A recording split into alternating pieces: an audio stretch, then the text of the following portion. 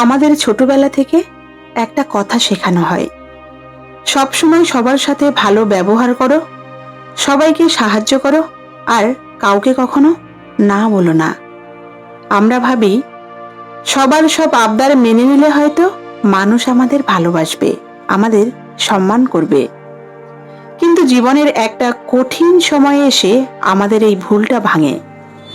আমরা হঠাৎ আবিষ্কার করি যাদের আমরা সবচেয়ে বেশি সাহায্য করেছি তারাই আমাদের সবচেয়ে বেশি দুর্বল ভেবে পায়ের নিচে পিষে দিয়ে চলে গেছে।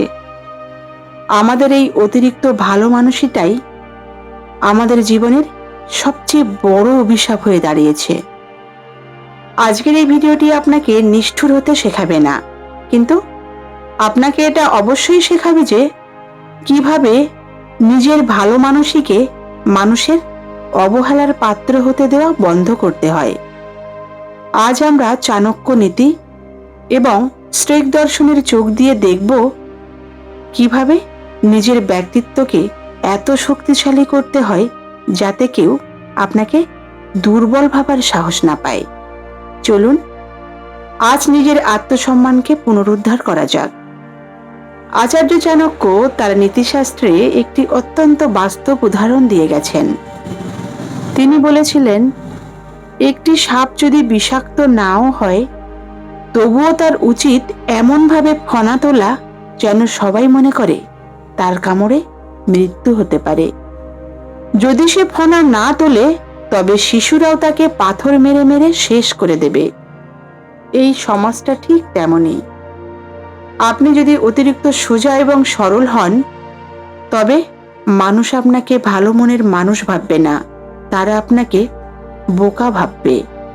তারা তাদের প্রয়োজনের সময় আপনাকে ব্যবহার করবে এবং প্রয়োজন শেষ হলে ডাস্টবিনে ছুঁড়ে ফেলে দেবে। চাণক্য আমাদের শেখান, ভালো হওয়া ভালো, কিন্তু নিজের আত্মসম্মান বিসর্জন দিয়ে ভালো হওয়া হলো চরম বোকামি। অন্যায়কে মুখ বুজে সহ্য করা কোনো মহানুভবতা নয়, ওটা হলো আপনার ভীরুতা। যখন আপনার সোজা আঙুলে ঘি উঠবে না তখন আঙুল বাঁকা করতে জানাটাই হলো আসল জীবন দর্শন। রোমান সম্রাট এবং স্টোইক দার্শনিক মার্কাস অরেলিয়াস একটি চমৎকার কথা বলেছিলেন, যদি কোনো বিষয়ে আপনার আত্মসম্মান বা আপনার লক্ষ্যের সাথে না মেলে তবে তাকে সরাসরি প্রত্যাখ্যান করতে শিখুন। অন্যের চোখে ভালো হওয়ার জন্য নিজের আত্মাকে বিক্রি করে দেবেন না। অতিরিক্ত ভালো মানুষদের সবচেয়ে বড় সমস্যা হলো তারা কাউকে না বলতে পারে না। তারা ভয় পায় না বললে পাছে ওই মানুষটি কষ্ট পায় বা সম্পর্কটা ভেঙে যায়, আর এই ভয়ের সুযোগটাই নেয় চারপাশের সুযোগ সন্ধানী মানুষেরা। স্টোইক দর্শন বলে, আপনার সময় এবং আপনার মানসিক শান্তি এই দুটি এই পৃথিবীর সবচেয়ে মূল্যবান সম্পদ। যে আপনার এই দুটির মূল্য বোঝে না তাকে না বলতে এক সেকেন্ডও দ্বিধা করবেন না। মনে রাখবেন, একটা শক্তিশালী না আপনাকে সারা জীবনের আফসোস আর মানসিক যন্ত্রণা থেকে বাঁচিয়ে দিতে পারে। তাহলে আজ থেকে আপনার জীবন দর্শন কি হওয়া উচিত? খুব সহজ, নিজের ভালো মানুষের একটা দাম নির্ধারণ করুন। সবার জন্য 24 ঘন্টা সহজলভ্য বা অ্যাভেলেবেল থাকা বন্ধ করুন।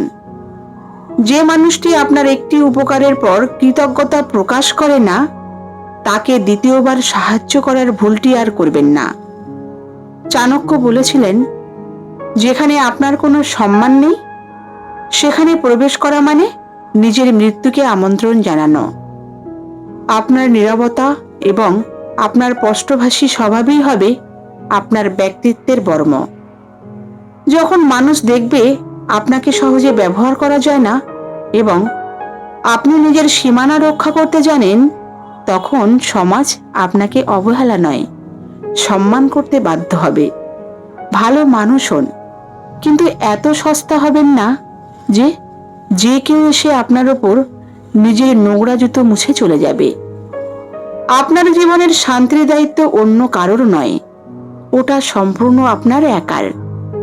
নিজের নরম মনটাকে একটু শক্ত পাথরের দেয়ালে আবৃত করুন, যাতে কেবল সঠিক এবং খাঁটি মানুষেরাই সেখানে প্রবেশাধিকার পায়। আজকের এই বাস্তব জীবন দর্শনের কোন কথাটি আপনার ভেতরের দুর্বল ভালো মানুষটাকে ভেঙে চূর্ণ বিচূর্ণ করে দিয়েছে, কমেন্ট করে আমাদের অবশ্যই জানাবেন। ভিডিওটি ভালো লাগলে লাইক দিয়ে আমাদের পাশেই থাকবেন। শান্ত থাকুন, নিজের আত্মসম্মান বাঁচিয়ে বাঁচতে শিখুন। দেখা হবে পরবর্তী ভিডিওতে। ধন্যবাদ।